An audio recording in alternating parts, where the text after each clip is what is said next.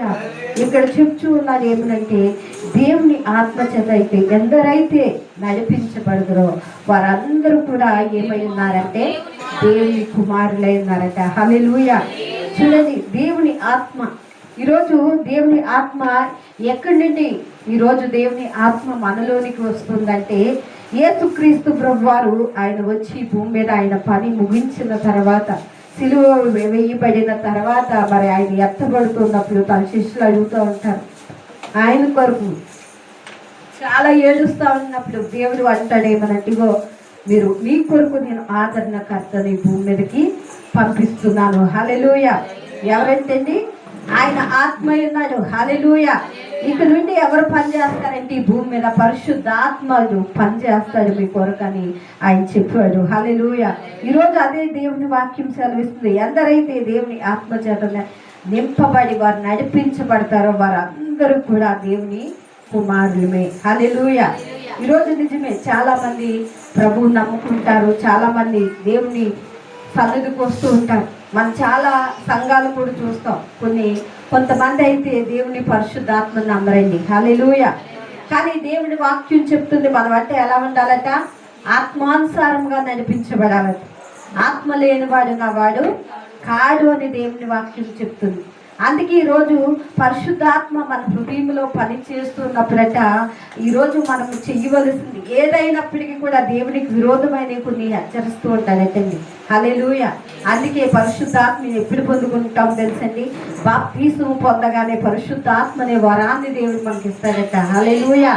ఎందుకంటే ఆ ఆత్మే నిన్ను నడిపించేది. దేవునికి స్తోత్రం.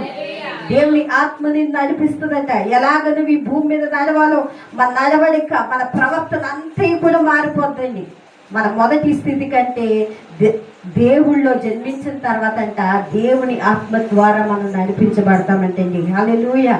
అందుకే మొదటినున్న ఆలోచనలు మనకు ఉండవు, మొదటినున్న ప్రవర్తన మనలో మానుకుంటాం. ఆ పాతవన్నీ కూడా విడిచిపెట్టి దేవుడి వాక్యం ఏమి చెప్తుందో మనం ఆత్మానుసారంగా నడవడానికి ఇష్టపడతామంట. హల్లెలూయా. చూడండి, ఇంకొక పత్రికలో మత్తయి సువార్తలో 1వ అధ్యాయంలో 18వ వచనంలో కూడా మీరు చదివినట్లయితే అక్కడ కూడా అద్భుతమైన మాట రాయబడి ఉంది.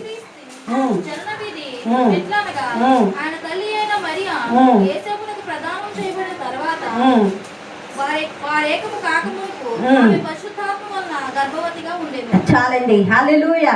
అక్కడ పరిశుద్ధాత్మ ద్వారానంట ఆమె ఏం ధరించిందండి, గర్భాన్ని ధరించింది. హల్లెలూయా. ఈరోజు నిజమే, దేవుని ఈ ఆత్మ కార్యాలు అనేకమైనవి మనం చూస్తూ ఉన్నాం.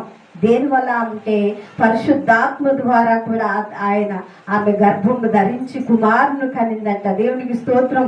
ఈరోజు ఆత్మ చేయవలసిన కార్యాలు దేవుడు అనేకమంది మన మధ్యన జరిగిస్తున్నాడు.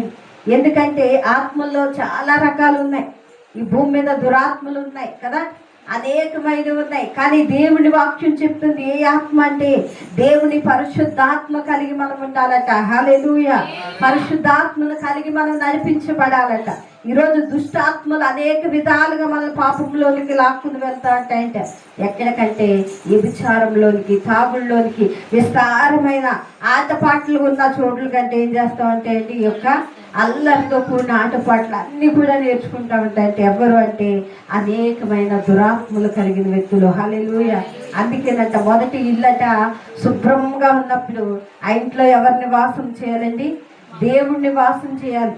మొదట శుభ్రమైన ఇల్లు అంట అలికి అమర్చబడి ఉన్న తర్వాత మొదట ఒక దెయ్యమే ఉందంటే తర్వాత ఎన్ని దెయ్యాలను తీసుకొచ్చిందండి, ఇంకొక 7 చెడ్డ దెయ్యాలను తీసుకుని వచ్చిందంట. ఎందుకని ఆ ఇల్లంతా కూడా ఖాళీగా ఉంది. ఆ ఇంట్లో ఏం ప్రవేశించాలి, దురాత్మను తీసుకుని వచ్చిందంట. మొదటి కంటే ఇంకా ఘోరంగా వెతికి తయారబడట. హల్లెలూయా. ఈరోజు మన ఇల్లు అంట ఖాళీగా ఉండకూడదంటే మన ఇల్లు ఏంటి అంటే మన హృదయమే. హల్లెలూయా. ఈ హృదయంలో ఎవరు పని చేయాలంటే దేవుని పరిశుద్ధాత్ముడు పని చేయాలి. దేవుని వాక్యం నీ హృదయంలో పని చేయాలి. నీ హృదయం ఖాళీగా ఉండడానికి వీల్లేదు. ఎందుకంటే దురాత్మకి నీ యొక్క నివాసం ఇవ్వడానికి ఇష్టపడలేదు. ఎందుకంటే దేవుడు నీ ఇంటిలో ఉండడానికి ఆయన కోరుకుంటున్నాడు కనుక ఆత్మస్వరూపుడైన దేవుడు నిన్ను నడిపించడానికి ఇష్టపడుతున్నాడు. లూకా సువార్త 4వ అధ్యాయంలో 18వ వచనం కూడా మీరు చదివినట్లయితే అక్కడ కూడా మనం ఏం చేస్తా ఉన్నాం అంటే చూడండి, ప్రభు ఆత్మ నా మీద ఉన్నది, పేదలకు సువార్త ప్రకటించుటకై వేదలకు సువార్త ప్రకటించుటకై ఆయన నన్ను అభిషేకించి చెరలో ఉన్న వారిని విడుదలను, చెరలోనున్న వారిని విడుదల, గుడ్డి వారికి చూపును గుడ్డి వారికి చూపును, ప్రకటించుటకు, నలిగిన వారిని విడిపించుటకును, విడిపించుటకును, హితవస్తులను ప్రకటించుటకును ఆయన నన్ను పంపియున్నాడు. చాలండి. హల్లెలూయా. ప్రభు ఆత్మ ఉన్న వ్యక్తి ఏం చేస్తా ఉన్నాడండి? సువార్త ప్రకటిస్తూ ఉన్నాడట. శరసాల్లో ఉండిపోయిన వారికి ఏం చేస్తా ఉన్నాడు? ఆయన విడుదల ఇస్తూ ఉన్నాడట. హల్లెలూయా. శరసాలు అనగా అనేకమైన బంధకాలు, శ్రమలు, ఇబ్బందులు. అనేక ప్రజలు ఎక్కడున్నారండి ఈరోజు? చాలా మందికి శ్రమలు ఉంటాయి, చాలా మంది ఇబ్బందులు ఉంటాయి. వారికి మనం ఏం చేయాలి? మన సువార్త ద్వారా చెప్పినప్పుడంట వారు విడిపించబడతారటండి. హల్లెలూయా. ఎక్కడ విడిపించబడతారంటే వారికి ఉన్న ప్రతి బంధకాలు కూడా విడిపించబడి దేవునిలోనికి వారు కూడా నడిపించబడతారట. దేవునికి స్తోత్రం. ఎవరు నడిపించగలరు ఇలాంటి వ్యక్తులంటే మరి దేవుని ఆత్మ కలిగిన వారు. హల్లెలూయా. ఆత్మ కలిగిన వారంటే ఎప్పుడు కూడా ఆత్మానుసారంగానే ఆలోచిస్తారటండి. హల్లెలూయా. ఎందుకంటే భూ సంబంధాలు ఎప్పుడు కూడా భూ సంబంధంగానే మనము ఆలోచిస్తాం. అందుకే ఈ రోజంట ప్రభు ఆత్మ మనకు తోడైంది, ఆయన్ని మనం ధరించుకునేవారుగా ఉండాలట. హల్లెలూయా. ఈ రెండోదిగా మనం చూస్తూ ఉంటే ఏం ప్రకటిస్తున్నారంటే సువార్త ఆయన ప్రకటిస్తూ ఉన్నారు. హల్లెలూయా. శరీరంలో బంధకాల్లో ఉండిపోయిన మనుషులనంట ఆయన విడిపించి ఎక్కడికి నడిపిస్తున్నారంటే ప్రభు అయిన యేసుక్రీస్తు ఎందుకు నడిపిస్తున్నారంట. దేవునికి స్తోత్రం. మనము రక్షించబడిపోయాం, మన కుటుంబాలు క్షేమంగా భద్రతగా ఉన్నాయి కదా చాలా అనుకోకూడదు. కానీ మన ఇరుగు పొరుగు వారికి కూడా సువార్తను ఏం చేయాలట? ప్రకటించే ఆత్మ నీపై ఉన్నది. హల్లెలూయా. వారు నశించిపోతే ఆనందించేది మనము కాదండి, మనపై ఉన్న ఆత్మ. వారు నశించిపోతుంటే నీకేం కలుగుతుందో తెలుసండి? భారము కలుగుతుంది. అయ్యో వీరు కూడా దేవుణ్ణి కలిగి ఉంటే బాగుండు, దేవునిలో వీరు కూడా ఆనందిస్తే వారు కూడా నిత్య రాజ్యానికి వెళ్తారనే భారం నీలో కలుగుతుంది. ఎప్పుడు తెలుసా? దేవుని ఆత్మ నీపై ఉన్నప్పుడు. దేవునికి స్తోత్రం.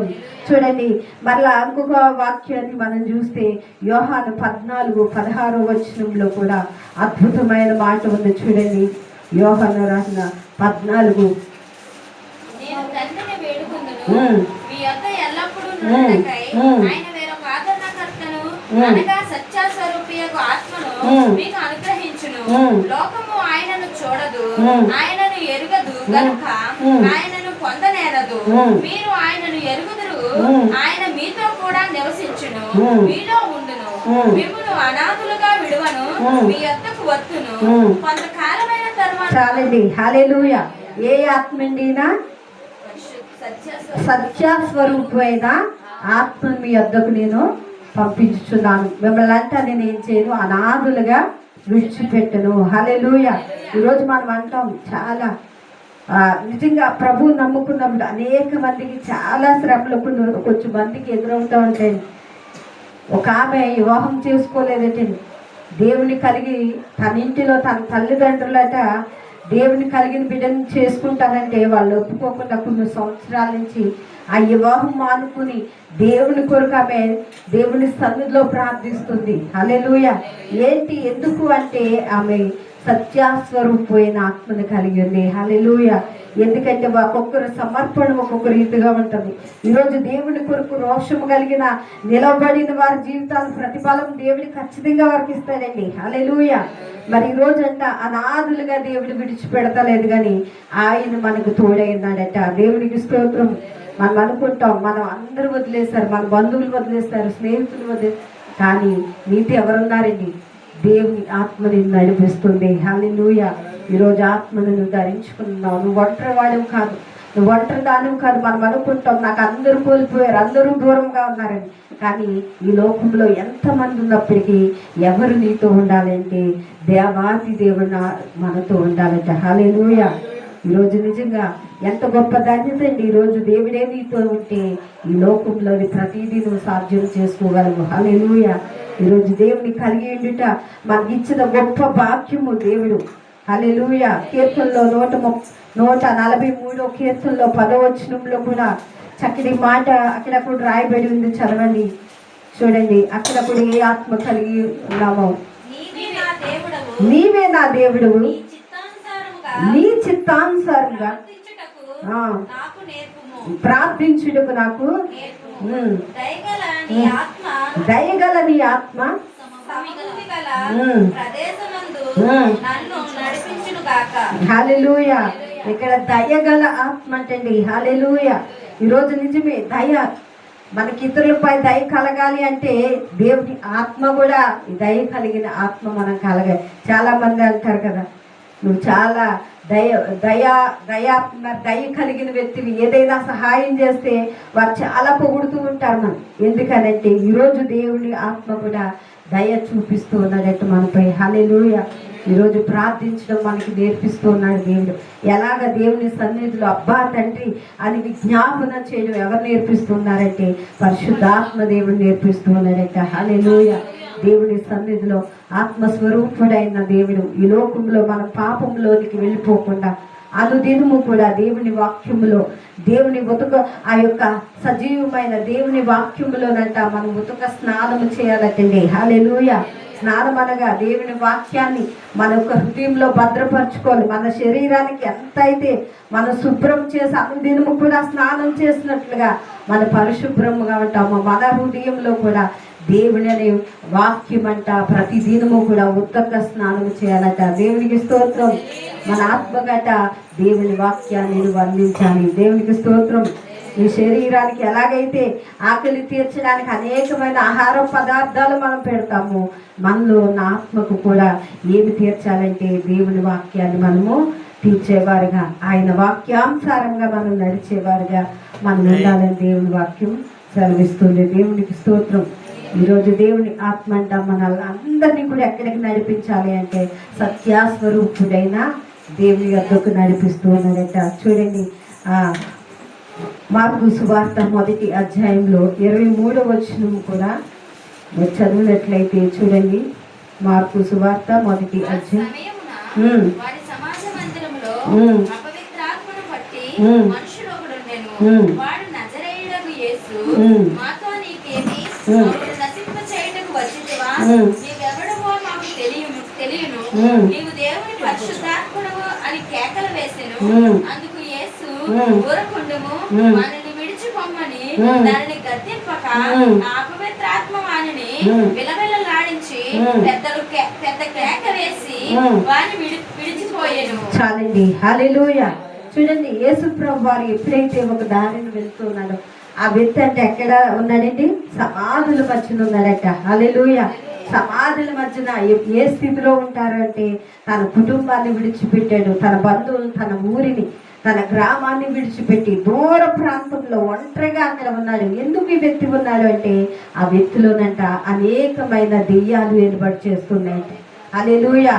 అనేకమైన అపవిత్ర ఆత్మలతో ఆ వ్యక్తి నిండిపోయాడు. అంటే తన కుటుంబాన్ని ప్రేమించలేని స్థితి, తన గ్రామంలో ఉండలేని స్థితి. ఈ అపవిత్రాత్మలు ఏం చేస్తున్నాయంటే తన గాయపరుచుకుండేలా చేస్తున్నాయి.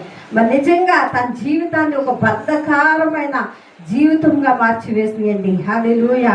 ప్రభు ఎప్పుడైతే ఆ వ్యక్తిని దర్శించాడో ఒక్క మారు ఆయన గద్దించాడంటే ఏమనంటే అతనిలో ఉన్న దురాత్మలన్నీ కూడా మీరు వెళ్ళిపోండి అని సెలవివ్వగా అనేకమైన దురాత్మలు అంటే ఎక్కడికి వెళ్ళిపోయాయండి? పందుల్లోనికి వెళ్ళిపోయినాయంట. హల్లెలూయా. మరి ఈరోజు నిజమే దేవుని వాక్యం సెలవిస్తుంది. ఆ వ్యక్తి ఏం పొందాడు అంటే విడుదల పొందాడు. దేవునికి స్తోత్రం.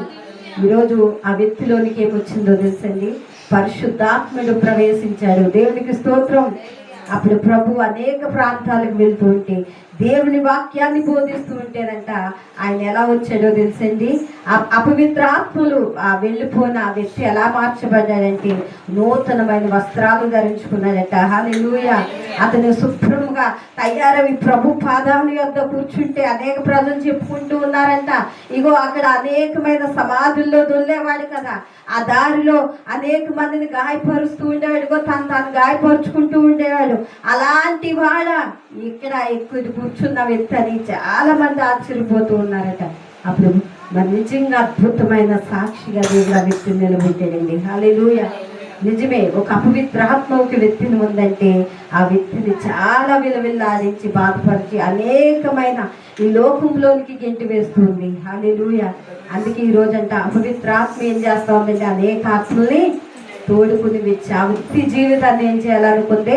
పాడు చేయాలనుకుంది. హల్లెలూయా. కానీ ప్రభు దర్శించినప్పుడు ఆ వ్యక్తికి ఏం చేశాడు? చెరసాల్లో, ఇందాక మనం చదువుకున్నాం కదా, చెరసాల్లో ఉన్న వారికంటే అవి ఆయన విడుదల ఇస్తున్నాడు. బంధకాల్లో ఉన్న వారిని ఆయన విడిపిస్తూ ఉన్నాడంట. ఈరోజు ఈ శ్రమలనే బంధకాల్లో ఉండిపోయిన వ్యక్తిని ఏం చేశాడండి ప్రభు? ఆయన రక్షించుకున్నాడు. దేవుని ఒక మంచి సాక్షిగా ఆయన ఆ గ్రామానికి వాడబడ్డాడు. దేవునికి స్తోత్రం. ఈరోజు నిజమే అపవిత్రాత్మ ఎక్కడికి తీసుకుని వెళ్తుందంటే నరకాగ్నికి తీసుకుని వెళ్ళడానికి ఇష్టపడుతుంది. అదే ప్రకటనలో 16వ అధ్యాయంలో 14వ వచనాన్ని కూడా మీరు చదివినట్లయితే చూడండి, అక్కడ కూడా చదవండి.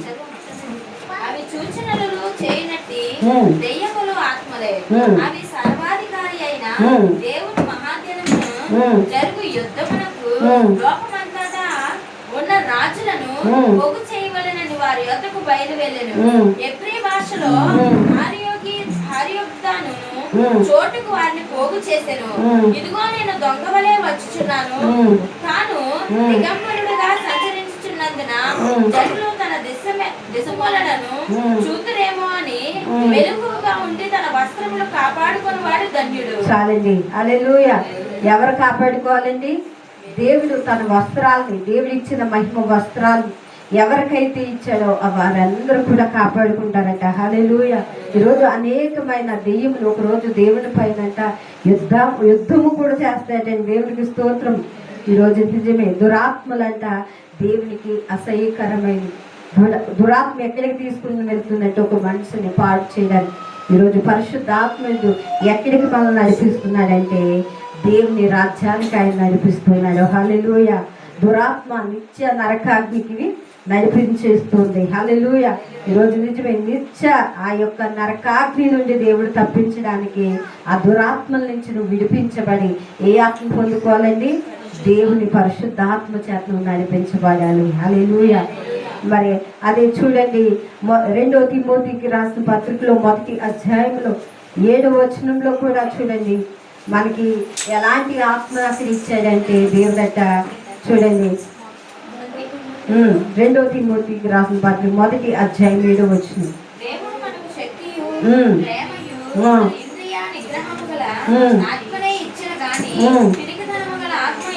హల్లెలూయా. ఏ ఆత్మ ఇచ్చాడండి? పిరికితనము కలిగిన ఆత్మను మనకు ఇవ్వలేదట. దేవుడు ధైర్యంగా ఎదుర్కోమన్నాడు. ప్రతి సమస్యకి కూడా ఆయన మనతో ఆయన ఉన్నాడు కనుక ఈరోజంట మనం ధైర్యం కలిగి దేవుని సన్నిధిలో మనం ఎదుర్కోవాలి. హల్లెలూయా. ఏ సమస్య వచ్చినా మనం ఏం చేయకూడదండి? పిరికివారిగా అల్లిపోకూడదు. పిరికివారంట దేవుని రాజ్యంలో ప్రవేశించరటండి. హల్లెలూయా. దేవుని రాజ్యంలో పిరికివారికి ఏం లేదండి? చోటు లేదు, ప్రవేశం లేదు. పిరికివారు, మాంత్రికులు, వ్యభిచారులు, మరి విగ్రహారాధకులు దేవుని రాజ్యంలోనికి ప్రవేశం లేదంటండి. ఎవరు అంటే దేవుడంట ధైర్యం కలిగిన ఆత్మ నీకు ఇచ్చాడు. హల్లెలూయా.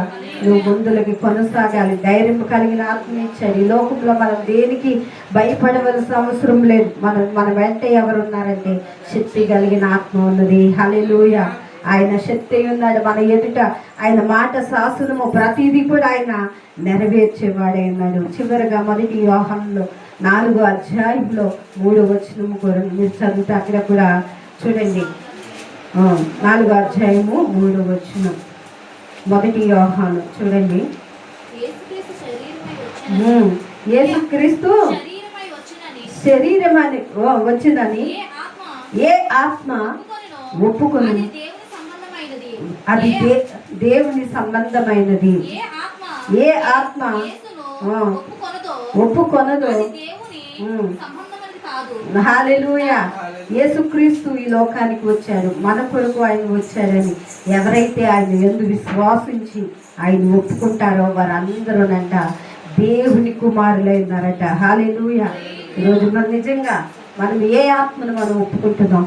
ఆయన వచ్చాడు, నా కొరకు ప్రాణము పెట్టాడు అని మనం దేవుని యందు విశ్వాసం ఉంచినట్లయితే ఈరోజు దేవుని ఆత్మచేతను నడిపించబడుతున్నాం. హల్లెలూయా.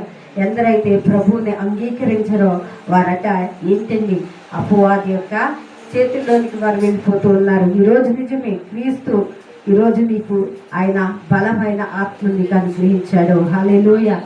ఆత్మను మనం పోగొట్టుకోకూడదు. దేవుని ఆత్మను మనమంట పొందుకోవాలి. దినదినము కూడా ఆత్మస్వరూపుడైన దేవుని మనం స్తుతించాలి. మన హృదయాల్లో అనుదినము ఏ పనిలో ఉన్నప్పుడు కూడా దేవుని యందు నువ్వు ఆనందించాలి. పాట పాడుతూ దేవుని స్తుతిస్తూ ఏ స్థలంలో ఉన్నప్పటికైనప్పటికీ కూడా నువ్వు దేవుని మహింపరుస్తూ ఉండాలి. ఆయన ఆత్మ నీ మీద ఉన్నది. హల్లెలూయా. దావీదు ఒక పాపం చేసిన తర్వాత దేవుని అడుగుతూ ఉంటాడు, ఏమనంటే, అయ్యా నీ సన్నిధి నా యొద్ద నుండి తీసివేయకు, నీ పరిశుద్ధాత్మ నా యొద్ద నుండి దూరపరచని దేవుని సన్నిధిలో అంగలారుస్తాడండి. ఎందుకో తెలుసా? దేవుని ఆత్మ కోల్పోతే ఆ వ్యక్తికి తెలుసు అది ఎంత భయంకరంగా ఉంటుందో. దేవునికి విరోధముగా చేసినప్పుడు దాన్ని అంట దేవుని సన్నిధిలో అంగలార్చినప్పుడు, దేవుని సన్నిధిలో అతని విజ్ఞాపన చేసినప్పుడు చాలా కన్నీరు కార్చాడటండి, తిరిగి దేవుని ఆత్మ పొందుకోవడానికి. హల్లెలూయా.